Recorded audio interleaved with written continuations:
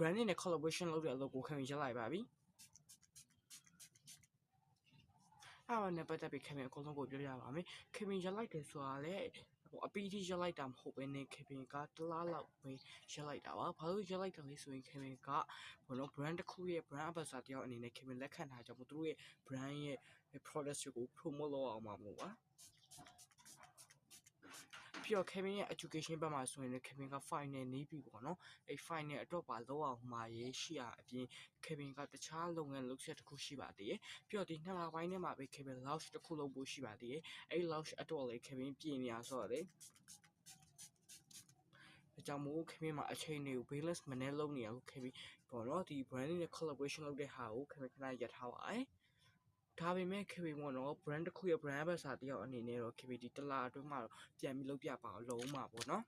အဲ့ collaboration လုပ်ထားတဲ့ brand ambassador ကိုလည်း Kevin ပေါ့နော်အကောင်လုံးကိုပြန်ပြီးကြေညာပေးပါမယ်ပြီးတော့ခုမှခေါ် content creator influencer စိတ်ဝင်စားတဲ့သူအတွက်လည်း Kevin က free လေးလာလို့ရမယ်ပေါ့နော်ဟာလေးတစ်ခုကို Kevin က launch လုပ်ပေးဖို့ရှိပါတယ်အဲ့ဟာလေးကိုသိချင်တယ်ဆိုရင် Kevin channel လေးကို subscribe လုပ်ဖို့ပြောချင်ပါတယ်Kevin တို့ရက်လိုက်တယ်ဆိုတော့အစတော့ Kevin မရက်ဘူးပေါ့နော်ရက်လိုက်ရတော့လုံးဝအဆင်မပြေတော့လို့ပါဘာလို့ဆို Kevin ဒီ collaboration လုပ်တဲ့အလုပ်ကိုရဲ့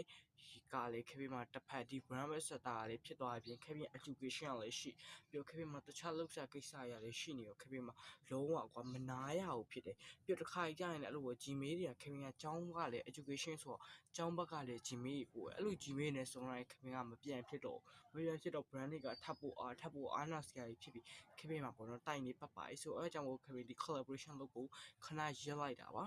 ရက်တယ်ဆိုတာလည်းတစ်လထဲပါအဲ့တစ်လပြီးရင်လည်း Kevin ပေါ့နော်ပြန်ပြီး collaboration နဲ့အကုန်လက်ခံပါမယ်လို့ဒီကြားထဲမှာ Kevin ကိုပို့ထားခြင်းပို့ထားလို့ရတယ်ပေါ့နော်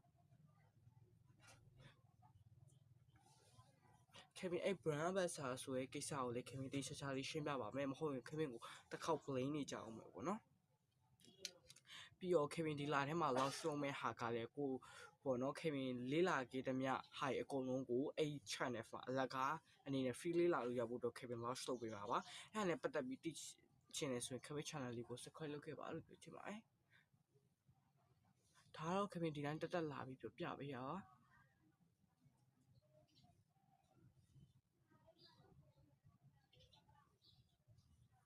အဲ့ဆိုရင်တော့ Kevin blog လေးရေးလိုက်ပါတော့မယ်အဲ့ launch လုပ်တဲ့အခါကျရင်လည်းအကုန်လုံးကို Kevin ပြန်ပြောပေးပါမယ်ပြီးတော့ Kevin ပေါ့နော် collaboration တွေပြန်လက်ခံပြီဆိုရင်လည်း Kevin အကုန်လုံးကိုပြန်ပြီးတော့ဒီ channel မှာပဲ launch ပြန်လုပ်ပေးပါမယ်အဲ့ဆိုရင်တော့ဒီမှာရေးလိုက်ပါတော့မယ် bye bye see you next video guys